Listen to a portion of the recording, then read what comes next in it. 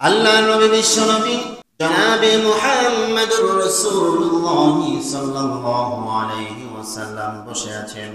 আবু বকর রাদিয়াল্লাহু তাআলা আনহু কোনো প্রতিবাদ করেন না, একটা কথার উত্তর দেন না। বিপক্ষে যে লোকটা তাকে গালিগালাজ করতেছে, নবীজি দূর থেকে মুস্কি মুস্কি হাসতেছে, নবীজি কিছুই বলে না। লোকটা আবু বকর রাদিয়াল্লাহু তাআলা আনহুকে আরো বেশি বেশি গালিগালাজ করতে লাগলো।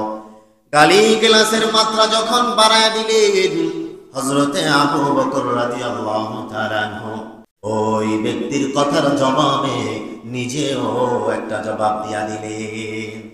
জবাব দেওয়ার সঙ্গে সঙ্গে নবীজির চেহারাটা অন্ধকার হয়ে গেল, নবীজির মুখটা কালো হয়ে গেল, নবীজি রাগান্বিত হয়ে গেলেন। নবীজি বসা থেকে দাঁড়ায় গেলেন। হযরতে আবু বকর রাদিয়াল্লাহু তাআলা আনহু খেয়াল করে দেখলেন নবীজি এতক্ষণ কিছুই বলে নাই, এই কেবলমাত্র আমি তার গালির অথবা তার কথার একটা জবাব দেওয়ার কারণে নবীজি রাগান্বিত হয়েছেন, কষ্ট পাইছেন, বিষয়টা বুঝতে পারেন নাই কি হয়ে গেল। হযরত আবু বকর রাদিয়াল্লাহু তাআলা আনহু নবীজির কাছে যা বলতেছেন, ইয়া রাসূলুল্লাহ, ইয়া হাবিবাল্লাহ, আপনার উপস্থিতিতে আপনার সামনে দাঁড়ায়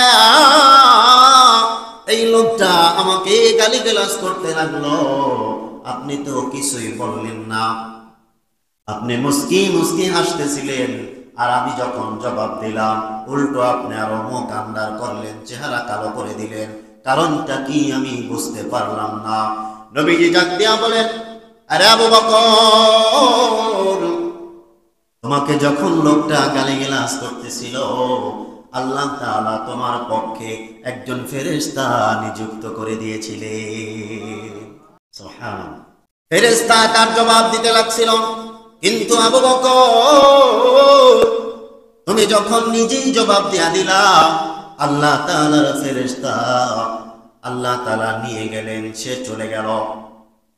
ওই তোমাদের দুজনের মাঝখানে শয়তান এসে নাজিল হয়ে গেল। এই জন্যে স্বভাবকে যদি সুন্দর রাখো, তোমার চরিত্র যদি সুন্দর রাখো, তোমাকে যদি কেউ গালিগালাজ করে, তোমাকে যদি কেউ আঘাত দেয়, তোমাকে যদি কেউ কটু কথা বলে, তুমি যদি চুপ থাকতে পারো, তুমি যদি আল্লাহর উপর বিশ্বাস রাখো, ধৈর্য ধারণ করো, আল্লাহ তাআলার সাহায্যের মাধ্যমে, ফেরেশতার মাধ্যমে ওই লোকের জবাব আল্লাহ দিয়া দিবে, ঠিক না? আর আমরা মনে করি ও আমার একটা গালি দিছে, আমি দুইটা দিয়ে ওর উপরে আমি নিজেই জিতে যাব, ঠিক না? নিজে নিজে জেতার চেষ্টা করি। ও আমার বংশকে গালি দিছে, আমার এক বংশের গালি দিছে, আমি ওর 14 গোষ্ঠী লইয়া গালি দিলাম, তাহলে আমি জিতে গেছি। যত আপনি ধৈর্য ধরতে পারবেন, আল্লাহ তাআলা আপনাকে সাহায্য করবেন। ধৈর্যকারীর সঙ্গে আছেন কে? ইন্নাল্লাহা মা'আস সাবিরিন, নিশ্চয়ই আমি আল্লাহ তাআলা ধৈর্যশীলের সঙ্গে আছি।